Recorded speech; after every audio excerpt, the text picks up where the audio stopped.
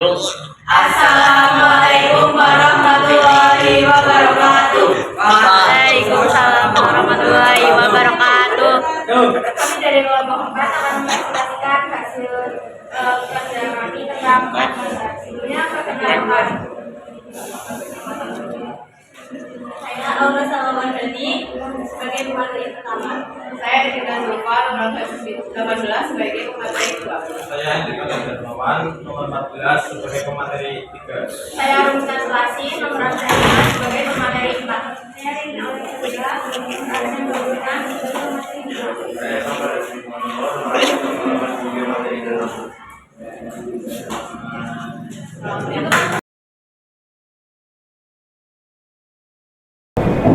Saya pemateri pertama akan menjelaskan tentang klasifikasi tipe iklim dan pola iklim global. Yang pertama ada iklim matahari. Iklim matahari adalah iklim yang pembagiannya berdasarkan banyaknya sinar yang diterima oleh bumi. Intensitas panas suatu wilayah disebabkan oleh letak garis lintang. Oleh karena itu, iklim matahari disebut juga sebagai garis lintang. Dalam iklim matahari dibagi menjadi beberapa iklim lainnya. Yang pertama ada iklim tropis. Iklim tropis terletak pada garis 0 sampai 23,5 derajat lintang utara maupun lintang selatan. Ditandai dengan matahari yang selalu vertikal sehingga suhu rata-rata tingginya 20 sampai 30 derajat. Lalu tekanan udaranya lebih rendah dan berubah-ubah secara beraturan. Lebih banyak terjadinya hujan dibandingkan wilayah lainnya. Yang kedua ada iklim subtropis. Iklim subtropis terletak pada garis 23,5 sampai 40 derajat lintang utara maupun lintang selatan.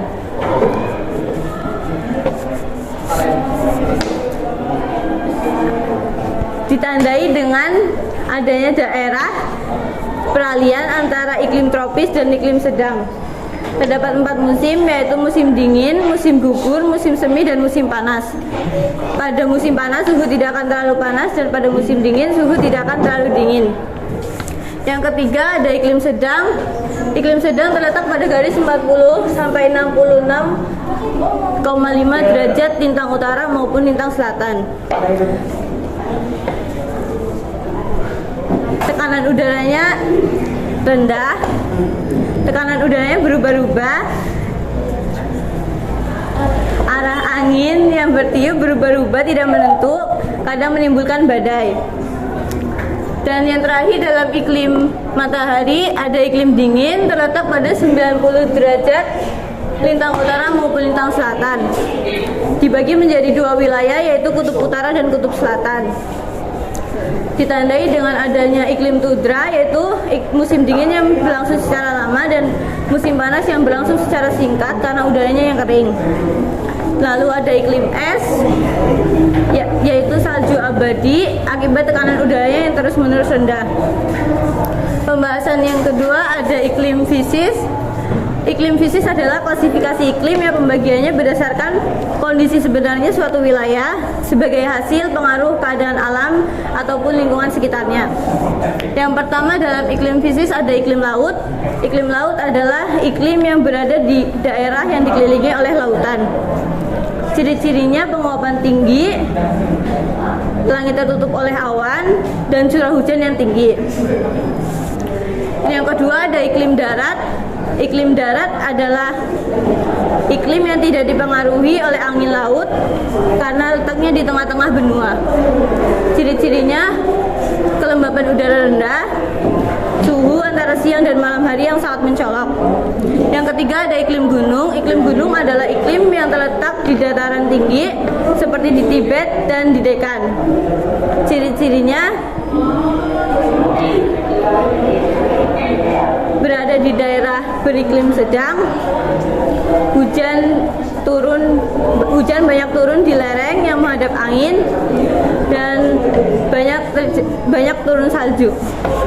Dan yang terakhir dalam iklim fisis ada iklim musim. Iklim musim adalah iklim yang dilalui oleh angin musim sehingga musim berganti setiap setengah tahun. Ciri-cirinya setengah tahun berganti angin musim laut basah sehingga menimbulkan musim dingin, musim hujan, dan setengah tahun bertiup angin darat yang kering sehingga menimbulkan musim kemarau. Sekian presentasi dari pemateri pertama, lalu akan dilanjut ke pemateri kedua. Di sini saya sebagai pemateri kedua akan menjelaskan tentang iklim Köppen dan iklim Smith-Ferguson. Yang pertama ada iklim Köppen. Iklim Köppen adalah sistem iklim, klasifikasi sistem iklim menggunakan huruf.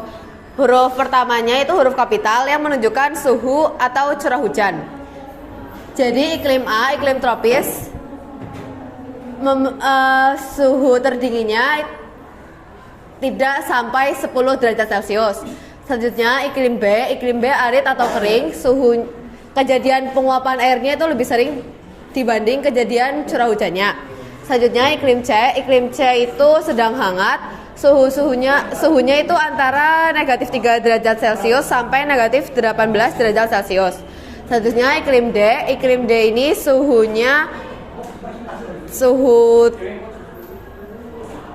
rata-rata suhunya itu negatif 3 derajat Celcius. Selanjutnya yang terakhir iklim E, yaitu suhu terpanasnya tidak lebih dari 10 derajat Celcius.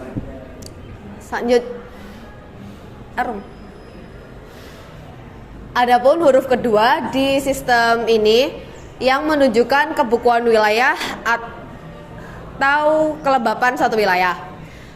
Huruf kedua untuk huruf ACD yaitu ada huruf F. Huruf F ini artinya kondisi lembab. Huruf W artinya musim kering terjadi pada musim dingin. Selanjutnya ada huruf S. Huruf S ini musim kering terjadi pada musim panas. Selanjutnya huruf M yaitu musim kering. Adapun huruf kedua juga untuk huruf B yaitu huruf S dan huruf W.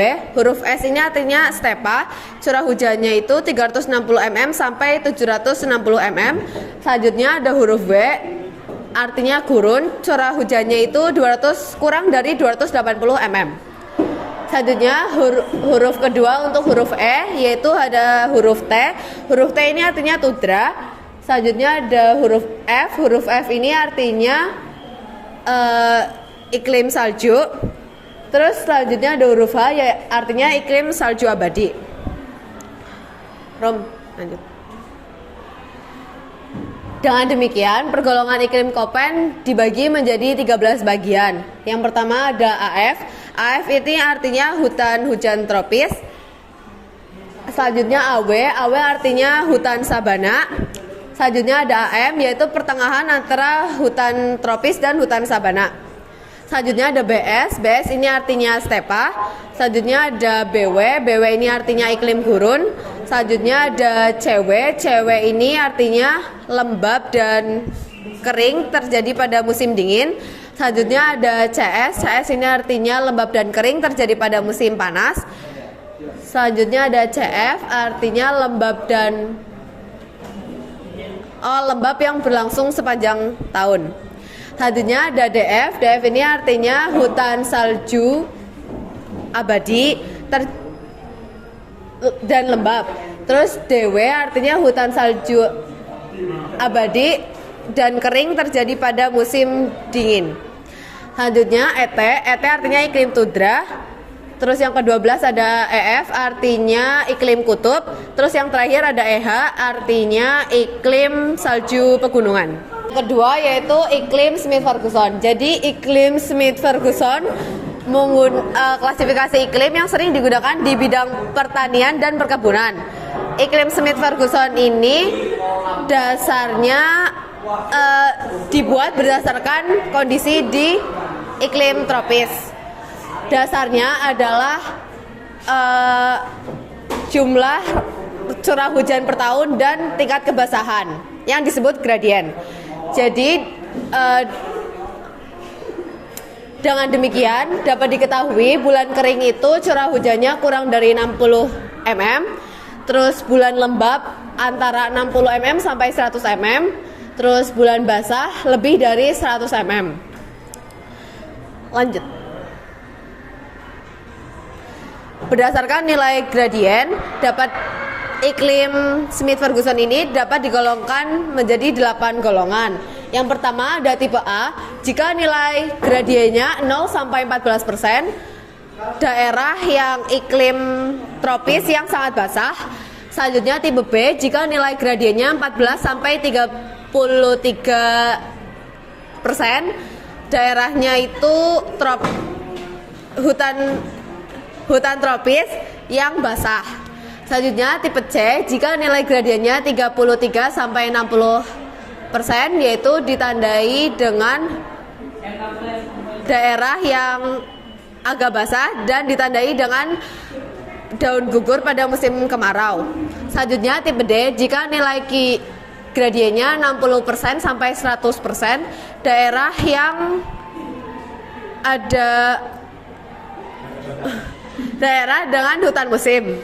Selanjutnya tipe E, jika nilai gradiennya 100 sampai 167, daerah yang agak kering dengan ditandai hutan sabana. Selanjutnya tipe F, jika nilai gradiennya 167 sampai 300%, daerahnya kering dengan ditandai hutan sabana.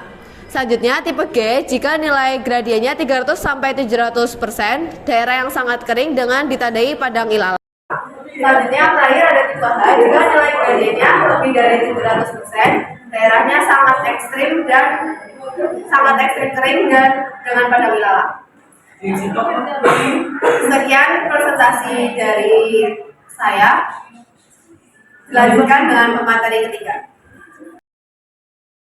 Saya sebagai pemateri 3 akan menjelaskan tentang iklim menurut Oldeman dan Jung Hoon. Iklim menurut Oldeman diklasifikasikan berdasarkan banyaknya bulan basah, bulan lembab, dan bulan kering secara berturut-turut yang dikaitkan dengan sistem pertanian di daerah tertentu. Itulah sebabnya pengklasifikasian ini disebut dengan zona agroklimat. Klasifikasi ini dikembangkan dengan keterkaitannya dengan tanaman padi dan palawija. Klasifikasi ini juga memperhitungkan kebutuhan air bagi tanaman padi dan palawija. Sawah diasumsikan membutuhkan air 145 mm ya, 145 mm per bulan selama musim hujan. Palawija membutuhkan air sekitar 50 mm per bulan selama musim kemarau. Jadi berdasarkan asumsi tersebut, perhitungan curah hujan yang dibutuhkan adalah 213 mm per bulan untuk sawah, 118 mm per bulan untuk palawija. Angka tersebut digunakan sebagai batas untuk penentuan bulan basah, lembaba, dan kering. Bulan kering adalah bulan yang rata-rata curah hujan bulannya kurang dari 100 mm.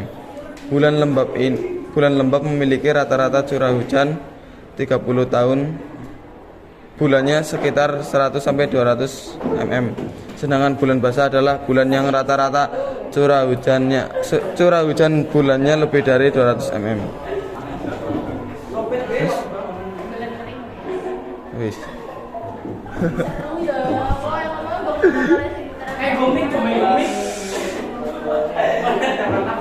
Berdasarkan tipe subdivisi ini, Oldeman membentuk klasifikasi iklim sebagai berikut. Tipe A1 A2 sesuai untuk padi terus-menerus produksi kurang karena kerapatan fluks radiasi matahari rendah sepanjang tahun. B1 sesuai untuk padi dengan perencanaan awal musim yang baik, produksi baik di musim kemarau, sadon. B2 padi-padi varietas pendek dan palawija. C1 padi satu kali dan 2 kali palawija, padi palawija. C2, C3, dan C4. Dalam 1 tahun 1 kali padi, 2 kali palawija.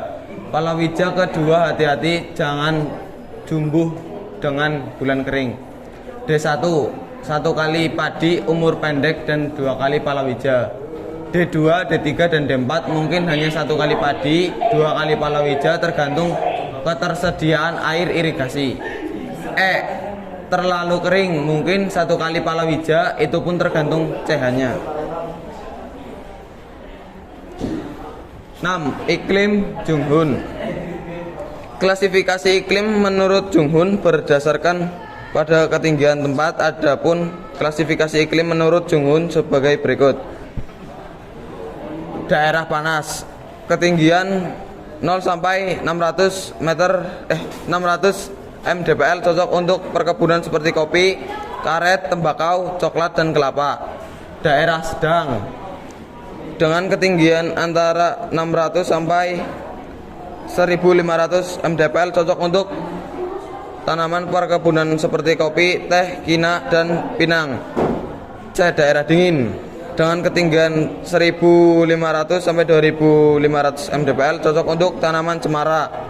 Daerah sangat dingin, dengan ketinggian 2500 sampai 3500 mdpl, cocok untuk rumput kerdil dan hutan pegunungan. Daerah salju, dengan ketinggian lebih dari 3500 mdpl, adalah daerah yang tidak mampu ditumbuhi tanaman karena permukaannya diselimuti salju. Sekian dari saya. Di sini saya pemateri 4 akan menjelaskan tentang karakteristik iklim di Indonesia dan pengaruhnya terhadap aktivitas manusia. Indonesia terletak 96 derajat lintang utara hingga derajat lintang selatan, dan antara 95 derajat bujur timur hingga 140 derajat bujur timur. Letak astronomis tersebut menyebabkan Indonesia mengalami siang hari dan malam hari selama 12 jam. Selain itu, letak astronomis tersebut juga menyebabkan iklim di Indonesia dipengaruhi oleh iklim. Yang pertama ada iklim musim. Iklim musim dipengaruhi oleh pergantian angin yang berubah setiap 16 hari. Yang kedua ada iklim panas. Iklim panas dipengaruhi oleh wilayah Indonesia yang termasuk ke dalam wilayah tropis.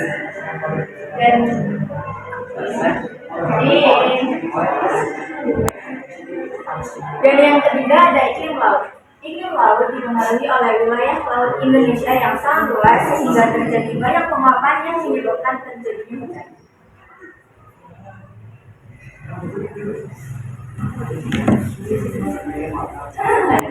Wilayah Indonesia juga diapit oleh 2 benua, yaitu benua Asia dan benua Australia, dan 2 samudra, yaitu Samudra Hindia dan Samudra Pasifik. Data geografis tersebut menyebabkan Indonesia dipengaruhi oleh sejumlah fenomena. Yang pertama ada angin monsun barat. Angin monsun barat bergerak dari benua Asia ke benua Australia melalui Samudra Hindia dan sebagian wilayah di Indonesia. Kadar uap air yang dibawa oleh angin ini tergolong tinggi sehingga menyebabkan musim penghujan pada bulan Oktober hingga April. Yang kedua ada angin monsun timur.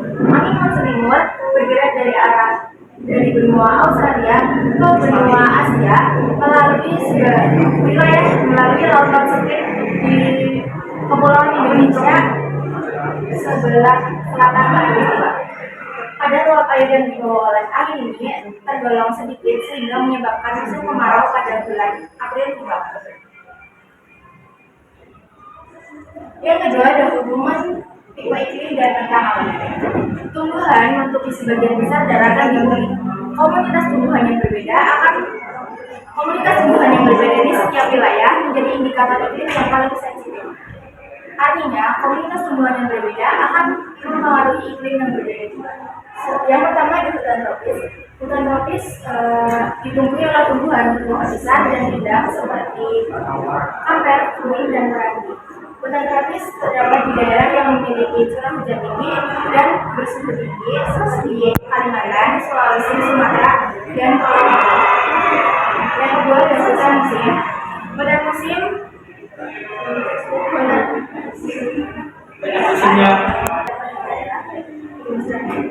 Hutan musim terdapat di daerah beriklim sedang.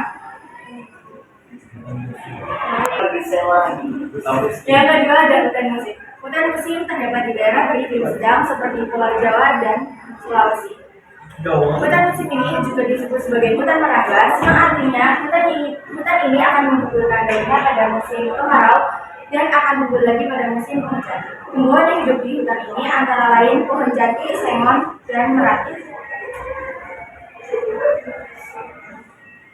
Yang ketiga ada sabana. Sabana merupakan padang rumput yang diselimuti semak kecil atau pepohonan seperti palem dan alun.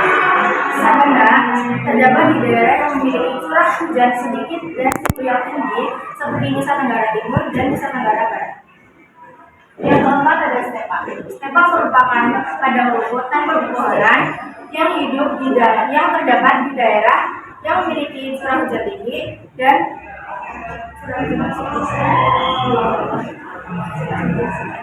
yang keempat ada stepa. Stepa merupakan padang rumput tanpa pepohonan yang terdapat di daerah beriklim bersuhu tinggi dan curah hujan sedikit.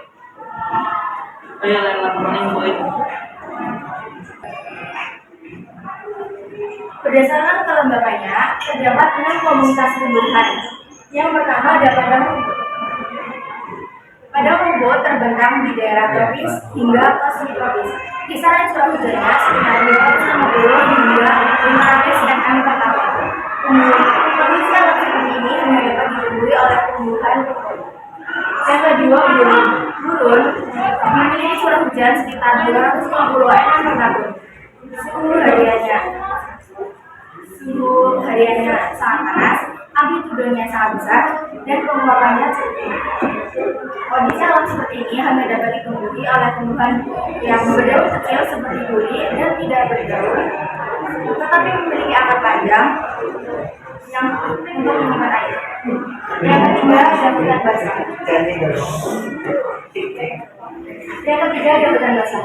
Hutan basah terdapat di daerah tropis dan subtropis. Memiliki kelembapan yang tinggi dan suhu hariannya 25 derajat Celcius. Kondisi alam seperti ini hanya dapat ditemui oleh pepohonan tinggi dan tanaman liana serta air. Yang keempat ada hutan gugur. Hutan gugur memiliki curah hujan sekitar 750 hingga 1000 mm per tahun.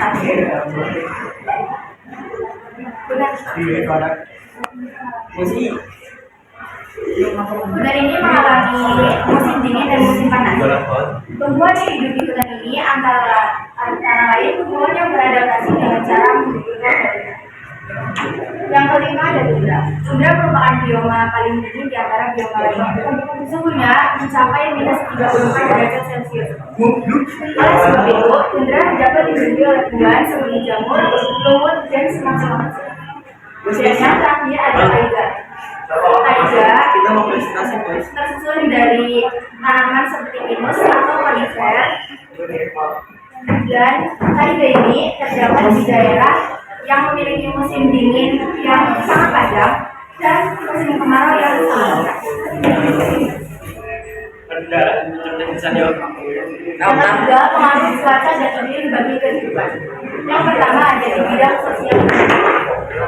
Pengaruh cuaca dan iklim bagi kehidupan, khususnya di bidang sosial budaya, seperti saat musim hujan, masyarakat akan memilih menggunakan pakaian yang berat. Yang kedua di bidang pertanian, khususnya bagi para petani akan menanam palawija pada musim kemarau dan akan menanam padi pada musim penghujan.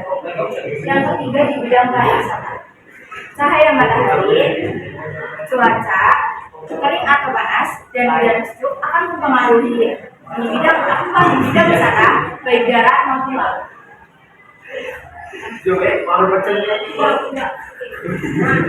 Yang keempat di bidang transportasi.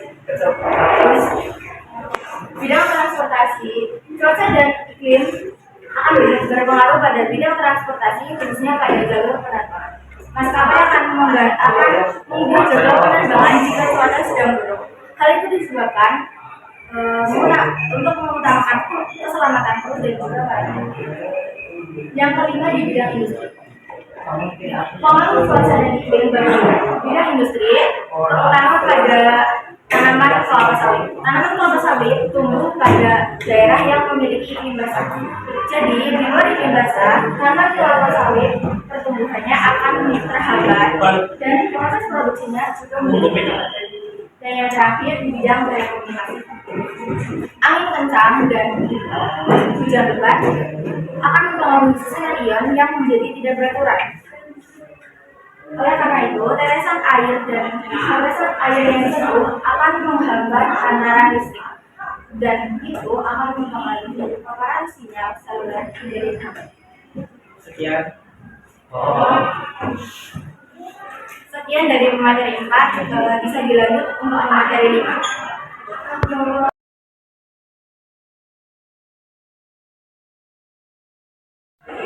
Saya sebagai pemateri 5 akan menyampaikan materi tentang pengaruh perubahan iklim terhadap lingkungan. Perubahan iklim adalah terjadinya perubahan pola dan karakteristik iklim dalam periode jangka panjang. Fenomena ini terjadi karena faktor alami, seperti posisi matahari di bumi. Ketika matahari menerbang, sinar matahari yang diterima oleh bumi semakin banyak. Perkembangan ekonomi yang besar mengalami dampak terhadap iklim dunia, seperti penggunaan energi fosil, peningkatan penggunaan. Perkembangan ekonomi yang besar menyebabkan dampak terhadap iklim dunia, seperti penggunaan energi fosil, peningkatan kendaraan bermotor, aerosol yang berasal dari gunung berapi, dan asap pabrik berikut karena lebih mengenal fenomena yang dipengaruhi oleh perubahan iklim. Antara lain, pemanasan global. Pemanasan global terjadi karena efek gas rumah kaca adalah proses atmosfer yang mengalahkan energi panas yang oleh permukaan bumi mengalami kembali ke permukaan bumi, namun karena adanya gas atmosfer, hampir 90% energi panas yang kembali melalui permukaan bumi melalui bentuk gelombang panjang. Akibatnya peningkatan suhu udara di permukaan bumi. Berikut gas yang berkontribusi terhadap gas rumah kaca di atmosfer adalah H2O, karbon dioksida, gas metana, ozon, dan pemanasan global terjadi karena aktivitas manusia yang meningkatkan sehingga menyebabkan salju mencair. Kemudian peristiwa El Nino dan La Nina. El Nino adalah anomali yang terjadi di wilayah Samudra Pasifik bagian tengah di wilayah sekitaran perairan Peru yang ditandai dengan meningkatnya suhu permukaan laut. Pemanasan suhu muka laut ini meningkatkan potensi pertumbuhan awan dan mengurangi potensi curah hujan di wilayah Indonesia. Oleh sebab itu, wilayah Indonesia mengalami musim kemarau yang berkepanjangan secara memicu terjadinya kekeringan di Indonesia secara umum. Kemudian peristiwa La Nina. La Nina adalah fenomena yang berkebalikan dengan El Nino. Ketika La Nina terjadi, wilayah Samudra Pasifik mengalami penurunan suhu permukaan laut di bawah suhu normalnya. Penurunan suhu permukaan laut ini mengurangi potensi awan di Samudra Pasifik. Dampaknya terhadap wilayah Indonesia yaitu meningkatkan curah hujan yang akan menyebabkan banjir. Sekian dari materi sumber.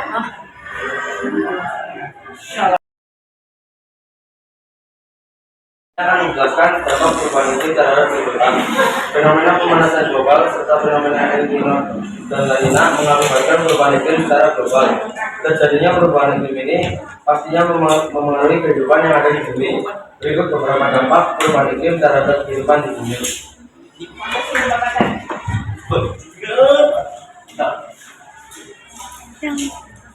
Dampak perubahan iklim terhadap kehidupan. Yang pertama, permukaan air laut meningkat. Mencari lapisan es di kutub utara dan kutub selatan mengakibatkan naiknya permukaan air laut. Dampaknya pulau-pulau kecil akan tenggelam. Yang kedua, terjadinya bencana alam ekstrim. Perubahan iklim yang terjadi juga dapat memicu terjadinya bencana alam ekstrim seperti banjir, badai topan, angin puting beliung, dan kekeringan. Yang ketiga, berkurangnya sumber air minum di pesisir pantai. Naiknya permukaan air laut terdapat Akibat pencarian es dibutuh menyebabkan batas antara air tanah dan air laut semakin jauh ke daratan sehingga dapat mencemari sumber air minum. Yang keempat, kebakaran hutan. Peningkatan suhu di bumi yang terus-menerus mengakibatkan tanaman menjadi sangat kering. Fenomena ini memicu terjadinya kebakaran hutan. Yang kelima, perubahan suhu cuaca dan iklim. Iklim suatu wilayah dibentuk oleh unsur iklim. Perubahan iklim tentunya mempengaruhi unsur-unsur iklim itu sendiri, curah hujan, suhu, kelembapan, dan tekanan udara. Perubahan pada unsur cuaca dan iklim dapat menyebabkan pergeseran musim. Contoh dampak dari fenomena ini, para petani yang sangat tergantung pada musim untuk melakukan pertanian. Yang keenam, terbentuknya keseimbangan ekosistem. Tanaman dan hewan memiliki batas toleransi terhadap suhu, kelembapan, kadar air, dan sumber makanan.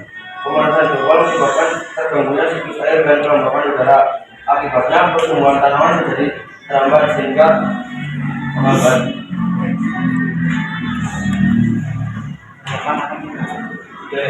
Lembaga-lembaga yang menyediakan dan memasarkan data kredit.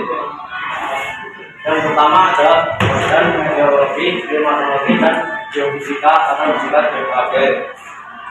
Adalah lembaga pemerintahan dan kementerian yang mempunyai tugas melaksanakan tugas pemerintahan di bidang meteorologi, klimatologi, dan geofisika di Indonesia. Yang kedua adalah lembaga penerbangan dan antariksa nasional atau LAPAN. Lembaga penerbangan dan antariksa nasional atau LAPAN adalah lembaga pemerintahan dan kementerian yang melaksanakan tugas penelitian dan pengembangan kedirgantara dan pemanfaatannya di Indonesia. 4 bidang utama LAPAN yaitu pengiraan jauh, teknologi dirgantara, sains antariksa, dan kebijakan dirgantara. Ya. Sekian dan terima kasih. Sekian dari materi 6. Sekian presentasi dari kelompok kami. Wassalamualaikum warahmatullahi wabarakatuh.